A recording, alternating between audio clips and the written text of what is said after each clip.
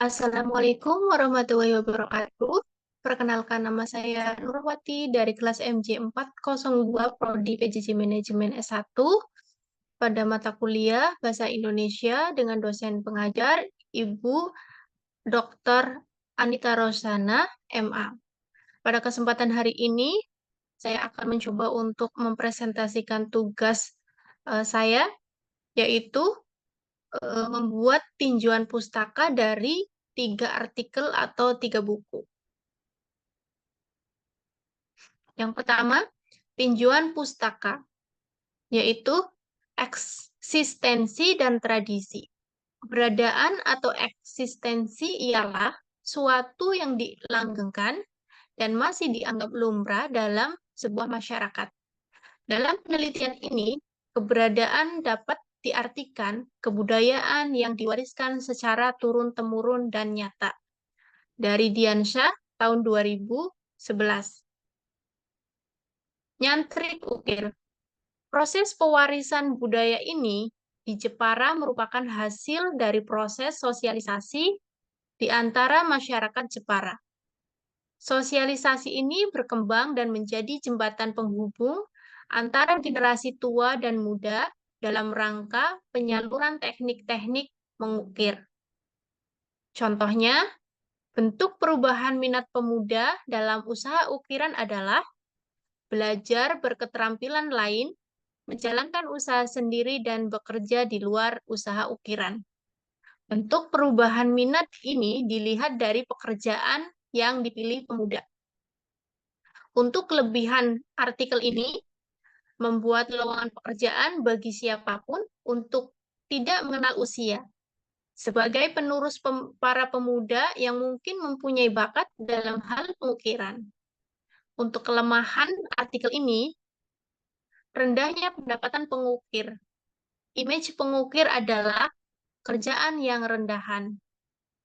Kurangnya generasi penerus terhadap usaha ukiran dan usaha ukiran menjadi sepi pelanggan.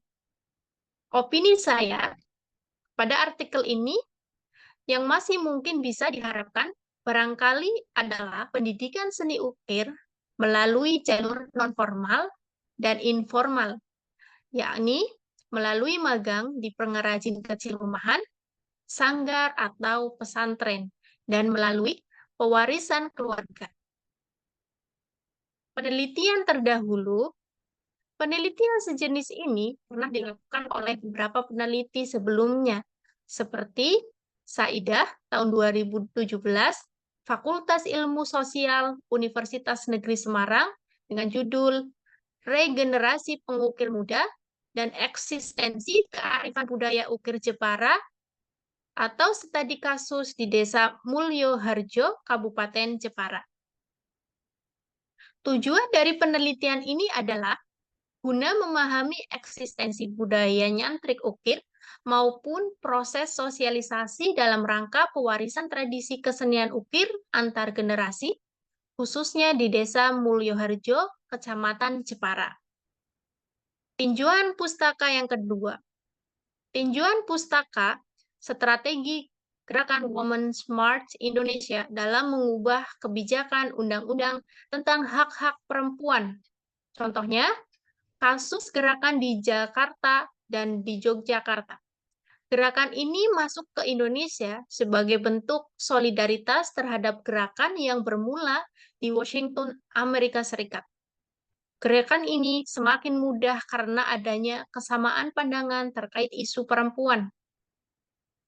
Isu yang diangkat oleh Women March Indonesia terkait dengan permasalahan nasional yang menyangkut tentang hak-hak perempuan dalam penyelenggaraan kedua di tahun 2018.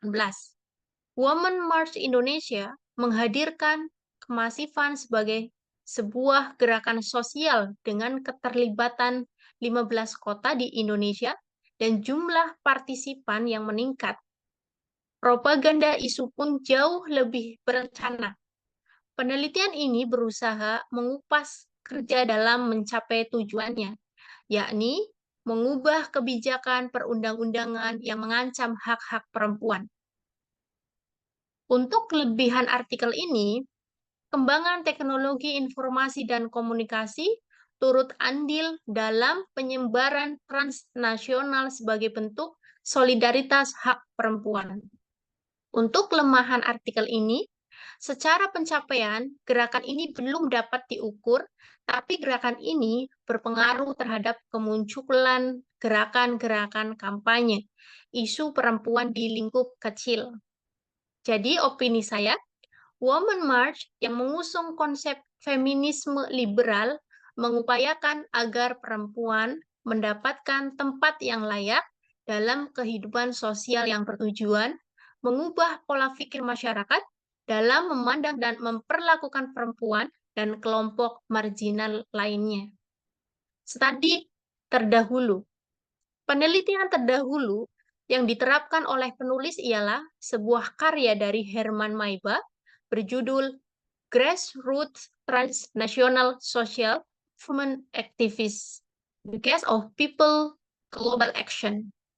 Pergerakan sosial diterima sebagai bentuk interaksi berkesinambungan, baik secara formal maupun informal, antara perseorangan, kelompok, jaringan, serta organisasi.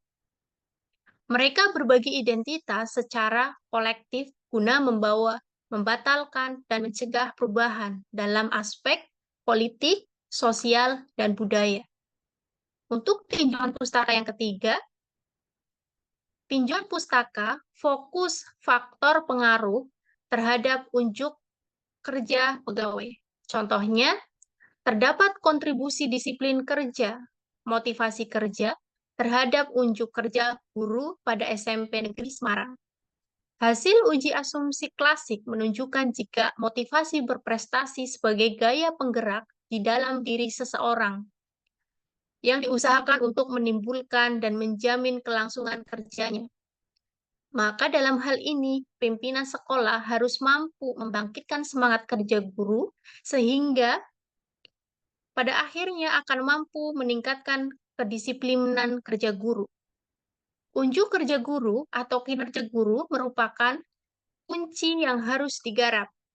Unjuk kerja guru yang dimaksud adalah hasil kerja guru yang terrefleksi dalam mendesain program pengajaran atau menyusun perencanaan pengajaran, pelaksanaan pengajaran, hubungan antar pribadi, dan dalam mengevaluasi hasil belajar. Kualitas kinerja guru dapat ditinjau dari segi proses dan segi hasil.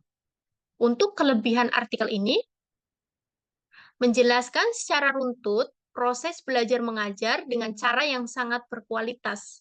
Mulai dari segi proses dan segi hasil, gaya kepemimpinan mempengaruhi kepuasan kerja dari guru dan karyawan.